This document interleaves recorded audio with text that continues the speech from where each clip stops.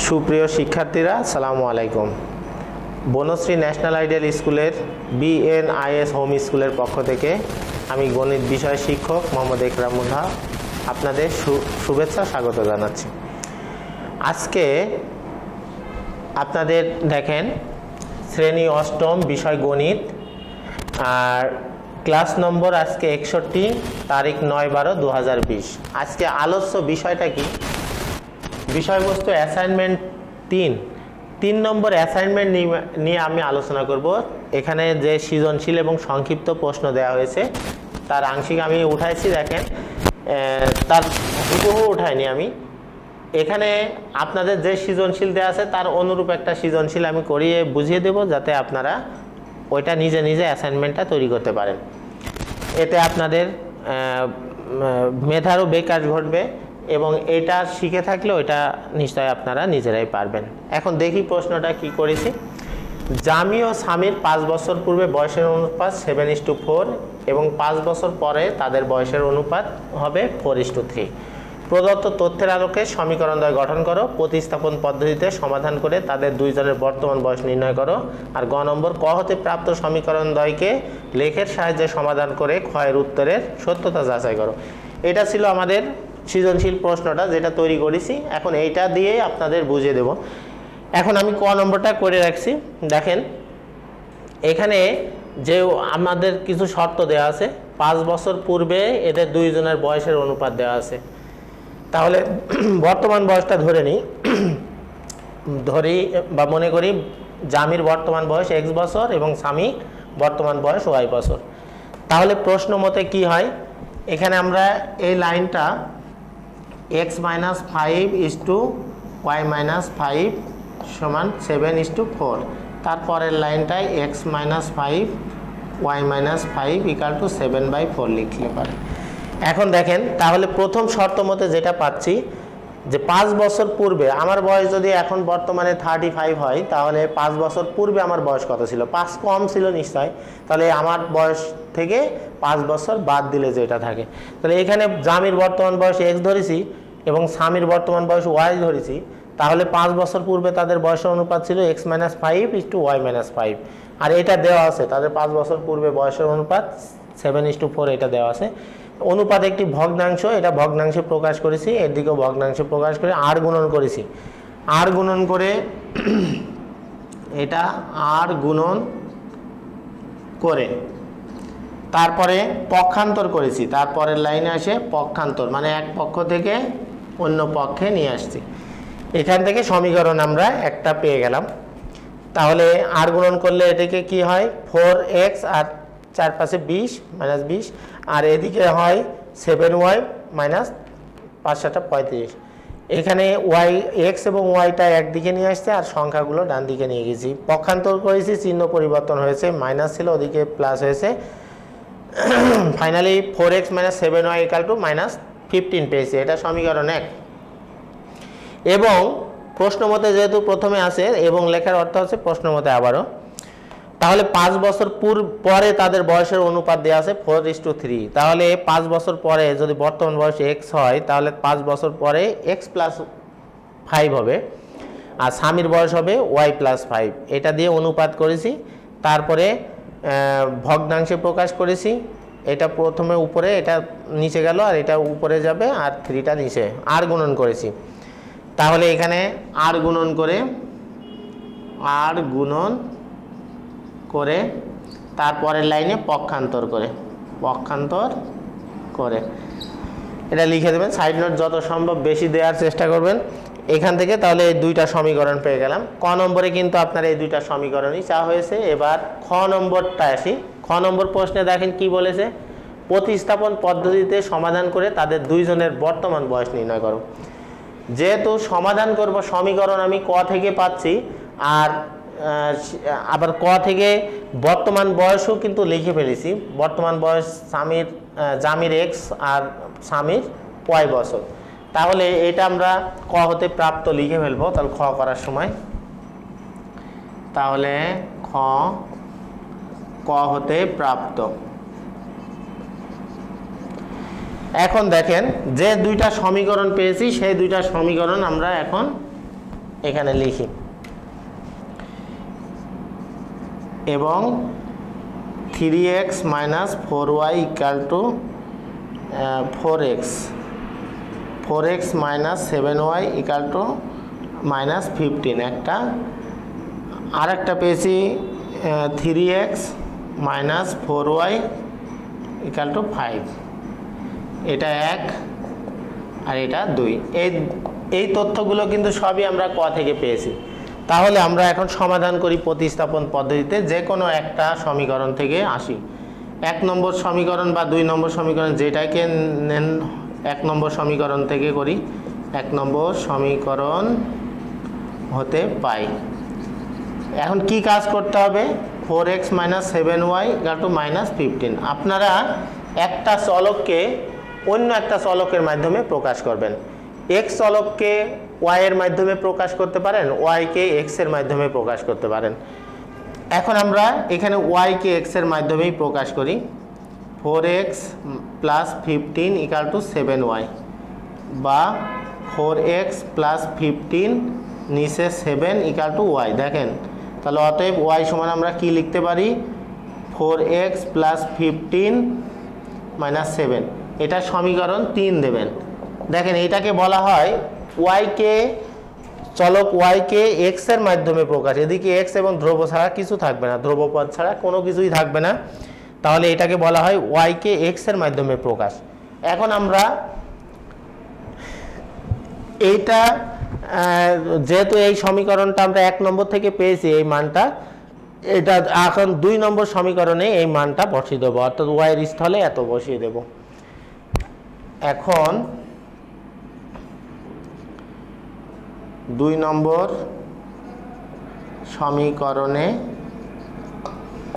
y সমান 4x plus 15 নিচে 7 বসিয়ে পাই। বসালে কি পাবো 3x মাইনাস 4 y এর জায়গায় বসাবো এখন 4x plus 15 by 7 equal to 2 number সমীকরণে ডান পক্ষে 5 আছে। তাহলে এই 4টা কিন্তু উপরে লবের সাথে গুণ করে দিতে হবে আগে, তাহলে 16x মাইনাস আর 4 15 60 প্লাস 7 ইকুয়াল টু 5। এখন দেখেন এক চলক বিশিষ্ট সমীকরণ হয়ে গেছে যার x চলক ছাড়া এখানে কিছু নেই। এখন 7 লসাগু, তাহলে 3 7 21x মাইনাস এটা 16x মাইনাস 60 ইকুয়াল টু 5। আর গুণন করে ফেলি, এটাকে যোগ করে ফেলি, তাহলে 16 থেকে 21 থেকে 16x বাদ দিলে 21x থেকে 16x বাদ দিলে 5x থাকে মাইনাস 60 নিচে 7 ইকুয়াল টু 5। এই 7টা ভাগে আছে, ওদিকে নিয়ে গেলে গুণে যায় 35 বা x সমান তাহলে কত হবে 5x, তাহলে 35 প্লাস 60 বা x সমান তাহলে এটা যোগ করলে 90 95 ভাগ 5, তাহলে অতএব x সমান হচ্ছে 19 হয়। এখন x এর মান আপনি এই যে 3 নম্বর সমীকরণ পেয়েছেন, এই 3 নম্বর সমীকরণে বসালেই y এর মান পেয়ে যাব আমরা। তাহলে এখন x এর মান 3 নম্বর সমীকরণে বসিয়ে পাই। 3 নম্বর সমীকরণে বসালে কি পাবো 4 ইন্টু x এর মান পেয়েছি 19 প্লাস 15 আর নিচে 7। এর বাকি অংশটা আমরা এই সাইডেই করি, তাহলে অতএব y সমান আমরা লিখতে পারি 4 19। আমরা একটু ক্যালকুলেটরে ব্যবহার করতে পারি 4 19 4 গুণ 19 76, তাহলে 76 যোগ 15 নিচে 7, এটা যোগ করলে 6 5 11 1 8 আর 1 9 91 বাই 7, এটা হয় 13। 91 কে 91 ভাগ 7 13 হয়। তাহলে এক্স এবং ওয়াইয়ের মান পেয়ে গেলাম। আমার কিন্তু এখানে দেখেন প্রশ্নে বর্তমান জামির বর্তমান বয়স ধরেছিলাম এক্স আর স্বামীর বর্তমান বয়স ধরেছিলাম ওয়াই, যেটা কতে ধরেছি এই জন্য ক হতে প্রাপ্ত লিখেছি। তাহলে এক্স এবং ওয়াইয়ের মান পেয়ে গেছি, তার মানে দুইজনের বয়স আমরা পেয়ে গেলাম। তাহলে আমরা এখানে লিখতে পারি অতএব জামির বর্তমান বয়স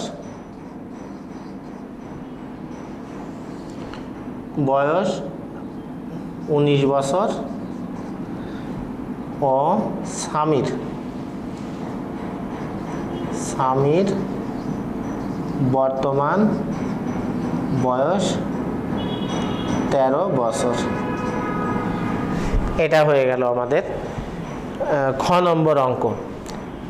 এখন তারপরের প্রশ্নটা দেখেন, ক হতে প্রাপ্ত সমীকরণ দ্বয়কে লেখের সাহায্যে সমাধান করে খ এর উত্তরের সত্যতা যাচাই করো। তাহলে আমাদের এখন লেখচিত্রের সাহায্যে করতে হবে। আমি এটা মুছে দিলাম।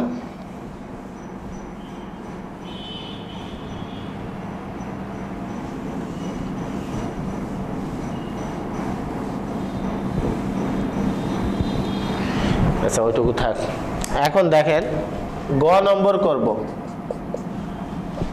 ক হতে প্রাপ্ত সমীকরণ, ক হতে প্রাপ্ত সমীকরণ দুইটা আমরা তো পেয়ে গেছি। ক হতে প্রাপ্ত সমীকরণ দ্বয়,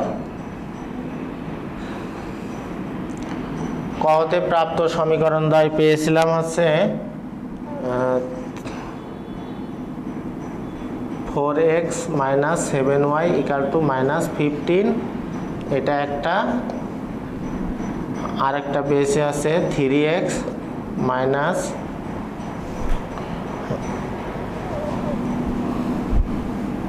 x + 5 x - 5 y + 5 = 4/3, 3x + 15 4y + 20, 3x - 4y = 5, 3x - 4y = 5 সমীকরণ 2। এই দুইটা সমীকরণ পেয়েছিলাম। এখন লেখচিত্রের সাহায্যে সমাধান করতে হবে। এখন লেখচিত্রের সাহায্যে সমাধান করতে হলে এই দুইটা সমীকরণ ব্যবহার করে আপনাকে ছক তৈরি করতে হবে। তাহলে আমরা এই ছকটা তৈরি করে ফেলি। তাহলে 1 নম্বর সমীকরণ হতে পাই, তাহলে 4x - 7y = -15, এখান থেকে তাহলে 4x + 15 = 7y, তাহলে অতএব y সমান তাহলে কি লেখা যায় 4x + 15/7। এটা কিন্তু একটা x কে y কে x এর মাধ্যমে প্রকাশ করলাম। এখন x এর বিভিন্ন মানের জন্য y এর ভিন্ন ভিন্ন মান বের করি। ভিন্ন মান বের করে নিচের ছকটি তৈরি করি। এখন এই ছকটা এমনভাবে তৈরি করবেন যেন মিনিমাম 3টা বিন্দু বের করা যায় এখান থেকে। তাহলে x আর y, এই ছকটা করার ক্ষেত্রে আপনার কিন্তু খেয়াল রাখতে হবে, আমার সমাধান পেয়েছিলাম কিন্তু x এর মান পেয়েছিলাম কত 19 আর y এর মান পেয়েছিলাম কত 13। এই দুইটা, তাহলে x এর মান যেহেতু 19 পেয়েছি, সমাধানটা নিলে আপনাদের জন্য সহজ হবে। সমাধানটা যদি না নেন তাতে যে হবে না তা নাই, আমাদের সমাধান এইটাই পাবো, তবে নিলে একটু সহজ হয় হিসাবটা। যখন 19 বসাবেন এখানে 19 দিয়ে গুণ করেন 4কে, তার সাথে 15 যোগ করেন, 7 দিয়ে ভাগ করেন, তাহলে এটা পাবেন কত 13 পাবেন। এখন এই দুইটা মান নিয়েছি, এখন আরও মান আপনি এদিকে একটা নেন এদিকে একটা নেন, মিনিমাম 3টা বিন্দু যদি বের করতে পারেন তাহলে কিন্তু আপনার গ্রাফে লেখচিত্র আঁকতে পারবেন সঠিকভাবে। এখন এখানে আমি তাহলে এমন কিছু মান নিব যেই মান দিয়ে এই 7কে ভাগ করলে পূর্ণ সংখ্যা আসে, এমন নিলে হবে। আবার যদি দশমিক আসে সেটা যে হবে না তা নয়। তাহলে আমরা এখানে 19 নেওয়া আছে, আপনারা একটু খুঁজে বের করবেন যে কোন মানটা নিলে পরে পূর্ণ সংখ্যা আসছে, সেটা নিলে হিসাবটা আরও সহজ হবে। যদিও আপনাদের যে সৃজনশীলটা দেয়া হয়েছে এত কঠিন দেয়া হয়নি, ওখানে ওইটা খুব সহজেই মিলে যাবে। তো এইটার ক্ষেত্রে আমরা তাহলে কত নিব, আমরা একটা ইচ্ছা মতোই নিই। এখানে মনে করেন 20 নিলাম, 19 আছে, 20 নিলে পরে খুবই কাছাকাছি হয়ে যায়, তাহলে অত কাছাকাছি নেব না, আমরা 5 নিলাম। যদি এখানে 5 নিই তাহলে 4 20 80, না 4 5 20 আর 5 35, 20 আর 15 35, 35 কে 7, তাহলে এখানে 5 7 35, তাহলে আমরা 5 5 পাচ্ছি। দেখেন তো এখানে x এর জায়গায় যদি 5 বসান তাহলে y এর মানটা কত হয়, আমরা একটু রাফে করি, 4 × 5 + 15/7, তাহলে 20 + 15/7, তাহলে 35/7, তার মানে আমরা পেয়ে যাচ্ছি 5 7 35, 5 পেলাম, y এর মান 5। এইভাবে আপনাদের ইচ্ছা মতো নেবেন। আমি যে একটা ধরলাম এটা কিন্তু পূর্ণ সংখ্যায় চলে আসতে নাও আসতে পারে, পূর্ণ সংখ্যা না আসলে যে হবে না তা নাই, সেটা দিয়েও করা যাবে। আর যদি এর চেয়ে আরেকটু বেশি মান ধরি, মনে করেন এখানে 5 ধরেছি আর 19 আছে, এখানে 25 ধরলাম, 25 ধরলে 4 25 100 আর 15, 115কে 7 দিয়ে ভাগ করলে এটা দেখেন পূর্ণ সংখ্যা নাও আসতে পারে, 115/7, তাহলে এটা 16.42 আসে। যদি আমি এখানে 25 ধরি, এটা কিন্তু পূর্ণ সংখ্যা আসেনি, পূর্ণ সংখ্যা না আসলে যে হবে না তা নয়, 16.43। এটা আমি দুইভাবে দেখিয়ে দিলাম যে পূর্ণ সংখ্যা এটা দিয়েও পূর্ণ সংখ্যা অন্য কোনো মান দিয়ে পূর্ণ সংখ্যা আসতো, কিন্তু সেটা আমরা নিলাম না, যে এইটা দিয়েও আপনারা শিখে নেন যে এটা দিয়ে কিভাবে করবেন। তাহলে আমাদের এই যে তিনটা, একটা 5 5 বিন্দু আর 19 13 বিন্দু আর 25 আর 16.43, এই তিনটা বিন্দু পেয়েছে। এখন গ্রাফে আমরা আসতে পারবো এইটার জন্য, কিন্তু আমরা দুইটা ছক একবারে করে তারপরে আসব। এখন দেখেন এই 1 নম্বর সমীকরণের জন্য একটা ছক পেলাম, 2 নম্বরের জন্য একইভাবে আরেকটা ছক তৈরি করতে হবে। তাহলে পরে এটা কিভাবে করব, 2 নম্বর সমীকরণ হতে পাই, 2 নম্বর সমীকরণে আছে 3x - 4y = 5। এখন এখান থেকে 4y = 3x + 5 বা y সমান তাহলে 3x - 5/4, তাহলে x এর বিভিন্ন মানের জন্য y এর সংশ্লিষ্ট ভিন্ন ভিন্ন মান বের করে নিচের ছকটি তৈরি করি। তাহলে এখানে আমরা ওই ছকটা তৈরি করব, x y। এখন x এর আমি কিন্তু বলেছি সমাধান যেহেতু এটা আসবে, এর জন্য একটা সরলরেখা পাবো, এই ছকের যে বিন্দুগুলো আছে এর জন্য একটা সরলরেখা পাবো, আবার ওই ছকের জন্য দুইটা সরলরেখা যে বিন্দুতে ছেদ করবে ওই ছেদ বিন্দুটার x এবং y এর মান হবে, অর্থাৎ ভুজ এবং কোটি হবে সমাধান। তাহলে আমি এখানে সমাধান যেহেতু 19 আর 13 পাবো, এটা আমরা খুব সহজে এটা বসিয়ে দেব, আর দুইটা বিন্দু আগে এবং পরে দুইটা বিন্দু আমরা বের করে নিই। তাহলে x এর মান, তাহলে এখানে যদি আমি 12 ধরি, 3 12 36, 36 থেকে 5 বাদ দিলে 31 থাকে, 31কে 4 দিয়ে ভাগ দিলে যা আসে, তাহলে আমরা 12 3 12 36 থেকে 31/4, তাহলে 31/4, 7.75 আসলো। আর এই সাইডে 20 নিছি, এবার ইচ্ছা মতো নিতে পারবেন, যে কোনো মান, যে কোনো ইয়েটা নিতে পারবেন আপনি, যে কোনোটার জন্যই গ্রাফে আপনার সমাধান একই আসবে, এটা নিয়ে কোনো টেনশনের কারণ নেই। এখন যদি আমি এখানে 12 নিয়েছি, 19 হয়েছে, সেইভাবে আরেকটু আনুপাতিক হাতে বাড়াই, তাহলে এখানে যদি 30 নিই তাহলে ওয়াইয়ের মান কত হবে? 3 × 3 = 90, 90 থেকে 5 বাদ দিলে 85, তাহলে 85 ভাগ 4, তাহলে এটা 21.25, 21.25 এটা পেলাম। তাহলে আমার যে তিনটা এই ছকের জন্য 3টা বিন্দু পেয়ে গেছি, এই ছকের জন্য 3টা বিন্দু পেয়ে গেছি। এই ছকের জন্য এটা ছক 2, এর জন্য যে 3টা বিন্দু পেলাম, একটা হচ্ছে 12, 7.75 আর 19, 13 আর 30 আর 21.25। এখন এই বিন্দুগুলো ছক কাগজে স্থাপন করব। প্রথমে ছক 1-এর জন্য করি। এখন আমাদের যেহেতু ছকটা দরকার, আমি তাহলে বাকি জিনিসটা মুছে দিই এখানে।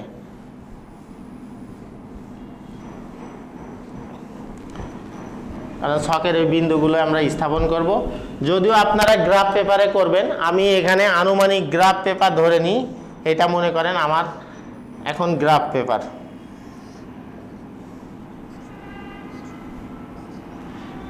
এটা x dash O x, y ও y ড্যাশ।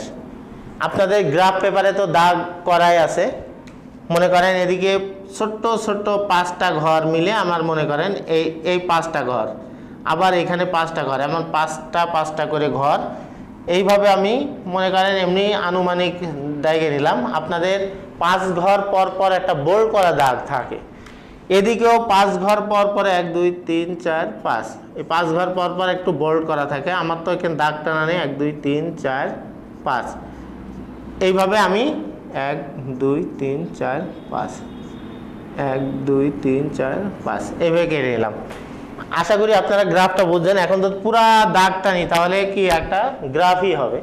এখন গ্রাফের এই বিন্দুগুলো দেখেন, এখানে সবই ধনাত্মক মান, তাহলে তো আমাদের এইদিকে ঋণাত্মক মান, এইদিকে প্রয়োজন হবে না।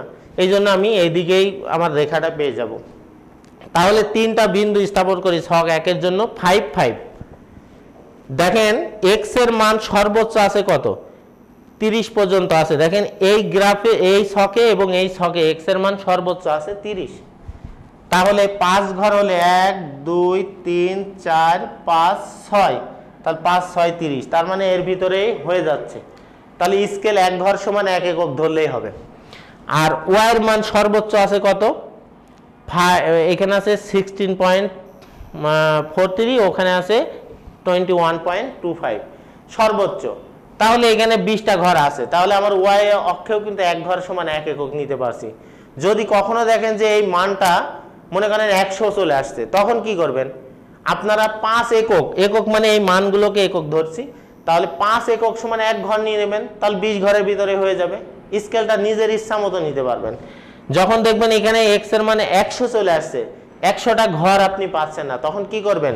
5 একক সমান 1 ঘর ধরবেন, তার মানে 20 ঘরের ভিতরে আপনার চিত্রটা আঁকা হয়ে যাবে। তাহলে আমার এই বিন্দুটা 5 5 বিন্দুটা আমি স্থাপন করতে হলে প্রথমে 0 বিন্দু থেকে এদিকে 5 ঘর যাব x অক্ষে, এদিকেও 5 ঘর যাব y অক্ষে, তাহলে এখানে 5 5 একটা বিন্দু পেয়ে গেল।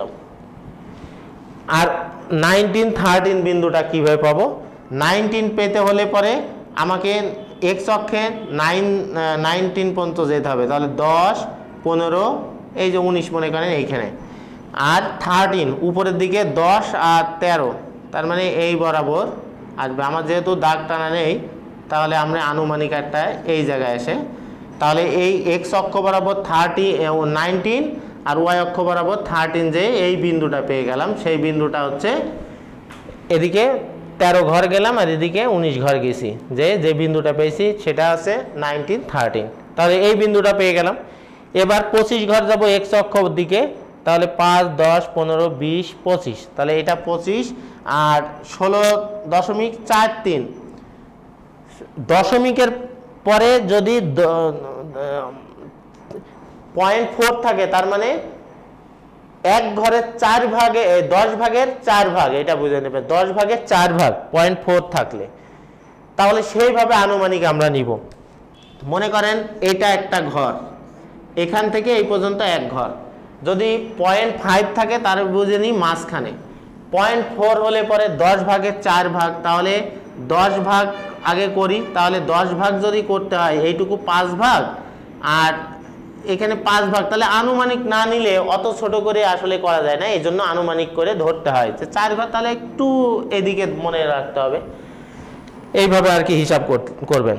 একেবার পুঙ্খানুপুঙ্খুতে এটা একেবার মিলা রাখবে ওইভাবে মিলিয়ে করা যায় না। এখন আপনাদের তাহলে 15, তাহলে 25 ঘর গেল, এখানে 16.43, 16.43 যাওয়া মানে 5, 10, 15, 16.43, এই যে অর্ধেকের একটু কম।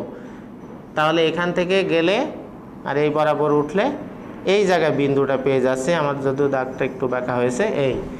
তাহলে এই তিনটা বিন্দু কিন্তু একই সরল রেখায় অবস্থান করবে, দেখেন তাই করেছে। সেই যে তিনটা বিন্দু বসালাম সেই তিনটা বিন্দু একটা সরল রেখায় অবস্থান করবে, সেই সরল রেখাটা তিনটা বিন্দু যোগ করে বর্ধিত করে দেবেন উভয় দিকে। তাহলে এদিকে বর্ধিত করে দিলেন, তাহলে এখন বিন্দুগুলোর স্থানাঙ্ক কি দেবেন, এটা 5, 5 আর এটা 19, 13 আর এই বিন্দুটা হচ্ছে 25। আমি এই যে দাগ দিয়েছি এই দাগ দিবেন না, আপনাদের তো গ্রাফ দাগ টানায় আছে। আর এটা 16.43। এই যে তিনটা বিন্দু পেলেন দিয়ে একটা সরল রেখা হলো, এটা কিন্তু 1 নম্বর সমীকরণের লেখ অর্থাৎ লেখচিত্র, একটা সরল রেখা পেয়েছি। ঠিক 2 নম্বর ছকের জন্য একইভাবে এই বিন্দুগুলো স্থাপন করতে হবে। তাহলে এই বিন্দুগুলো যদি স্থাপন করি তাহলে 12 আর 7.75, তাহলে এদিকে 12 ঘর যাবে, 5, 10, 12 আর এদিকে 7.75 গেলে 75 মানে 7.5 ঘর, মানে 10 ভাগের 7.5 ভাগ। তাহলে এদিকে 12 আর এদিকে 7.5, তাহলে 5, 6, 7, 7.5 মনে করেন এই জায়গায় হলো। আর আরেকটা 19, 13 এই বিন্দুটাই হবে। আরেকটা হচ্ছে 30, 5, 10, 15, 20, 25, 30, এই 30-তে যেয়ে 21.5, 30-তে যেয়ে 21, তাহলে 5, 10, 15, 20, 21, তাহলে এই দিকে যেয়ে আপনার এমন একটা জায়গায় মিলবে 5, 10, 15, 20, 25, 30, মনে করেন এখানে যেয়ে মিলল বা এখানে যেয়ে মিলল। এখন এই তিনটা বিন্দুকে আপনি যখন যোগ করবেন তখন একটা সরলরেখা পেয়ে যাবেন। তাহলে এই বিন্দুটা আর এই বিন্দুটা তিনটা সরলরেখা হবে একটা। তাহলে আমার এখানে সরলরেখা একেবারে সঠিক সরলরেখা নাও হতে পারে, কারণ আমি অনেকটা আনুমানিক করেছি, এই জন্য একটু এদিক ওদিক হতে পারে। আপনাদের গ্রাফে এই মানগুলো বসালে অবশ্যই একটা সরলরেখা প্রকাশ পাবে। তাহলে এই যে তিনটা বিন্দু, একটা বিন্দু, এই বিন্দুটার নাম দিয়ে এদিকে রেখাটা উভয় দিকে বর্ধিত করে দেবেন। তাহলে এটা 12, 7.75 আর এইটা হয়েছে, এটা তো লেখাই হয়ে গেছে। আর এইটার জন্য পেয়েছি কত, এই বিন্দুটা হচ্ছে 30 আর 21.25, এই তিনটা বিন্দু যোগ করেছি। দেখেন দুইটা সরলরেখা পেয়েছি দুইটা ছকের জন্য। সরলরেখা দুইটা একটা নির্দিষ্ট বিন্দুতে ছেদ করেছে, এই ছেদ বিন্দুর নাম দিলাম এ, এটা স্থানাঙ্কের আগে লিখতে হয়। তাহলে A, 19, 13 এই বিন্দুটার নাম। যেহেতু দুইটা সরলরেখা যে বিন্দুতে ছেদ করেছে, ছেদ বিন্দুর ভুজ হচ্ছে 19 আর কোটি হচ্ছে 13, তাহলে সমাধান হচ্ছে x এর মান হচ্ছে 19 আর y এর মান হচ্ছে 13। তাহলে আমাদের খ থেকে যে সমাধান পেয়েছিলাম সেই সমাধানের সাথে কিন্তু মিলে গেল, তাহলে সত্যতা যাচাই হলো। তাহলে আপনারা এখন বিবরণটা দেবেন কিভাবে, এত তো লেখা যাবে না। এখন আমি বলি, প্রথমে এইটা আঁকার পরে তারপরে বিবরণ দেবেন। প্রথমে অক্ষের বিবরণ দেবেন, ছক কাগজের যে বিবরণটা, ছক কাগজের x ও x ড্যাশ, y ও y ড্যাশ যথাক্রমে x অক্ষ, y অক্ষ এবং ও মূল বিন্দু। তারপরে উভয় অক্ষের, ছক কাগজের উভয়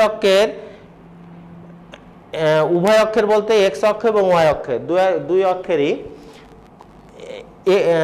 ক্ষুদ্রতম বর্গের বাহুর দৈর্ঘ্যকে 1 একক ধরে ছক 1-এর 5, 5 19, 13, 25, 16.43 এই বিন্দুগুলো স্থাপন করি এবং বিন্দু তিনটি যোগ করে উভয় দিকে বর্ধিত করি, তাহলে একটি সরলরেখা পাওয়া যায় যা 1 নম্বর সমীকরণ দ্বারা প্রদর্শিত সমীকরণের একটা লেখচিত্র। আবার ছক কাগজে এই ছক 2 এর 12, 7.75, 19, 13 ও 30, 21.25 বিন্দু তিনটি স্থাপন করে যোগ করে উভয় দিকে বর্ধিত করি, তাহলে 2 নম্বর সমীকরণ দ্বারা প্রকাশিত সরলরেখার লেখচিত্র পাওয়া যাবে। লেখচিত্র হতে দেখা যাচ্ছে দুইটি সরলরেখায় পরস্পরকে 19, 13 বিন্দুতে ছেদ করছে।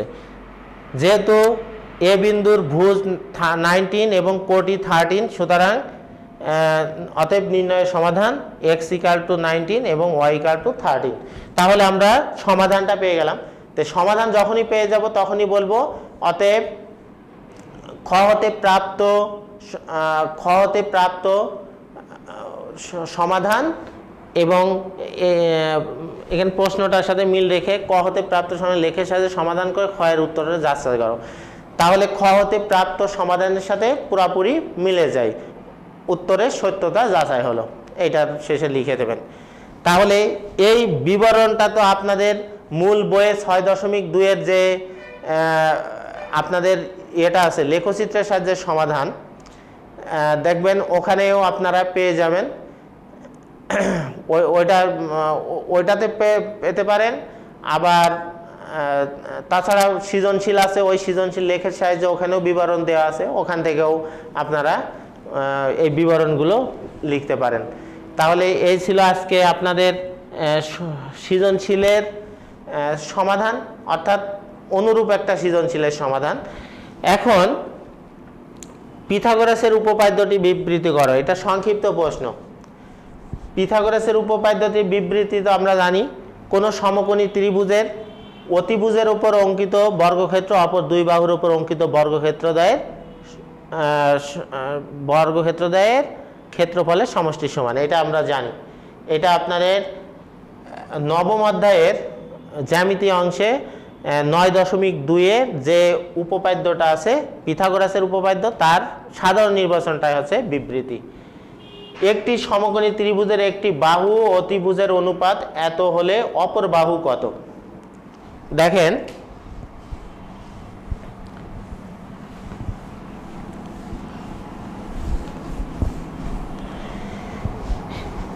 এখানে একটা সমকোণী ত্রিভুজ আমি এঁকে নিলাম।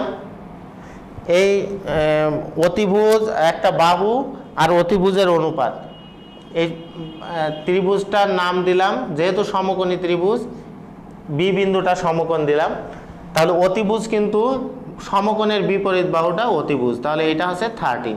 তাহলে এটা 5, এটা 13 দিলে পর 5:13 হয়। অপর বাহুটা কত? এখন এই দুইটা জিনিস যেহেতু দেওয়া আছে, তাহলে এটা কিন্তু পিথাগোরাসের উপপাদ্য ব্যবহার করে আমরা করতে পারি, কারণ আমরা জানি অতিভুজ স্কয়ার সমান অপর দুই বাহু অর্থাৎ বিসি স্কয়ার আর এবি স্কয়ার বর্গের সমষ্টির সমান। তো এখান থেকে যেহেতু আমার এবি বের করতে হবে, তাহলে এসি এর মান আমরা পেয়েছি 13 স্কয়ার, আর বিসি এর মান 5 দেওয়া আছে তার উপর স্কয়ার, আর এবি তার স্কয়ার। তাহলে এখান থেকে এবি স্কয়ার যদি বের করি, তাহলে এটা এদিক নিয়ে গেলে 13 স্কয়ার মাইনাস 5 স্কয়ার। তাহলে এবি সমান কত হবে?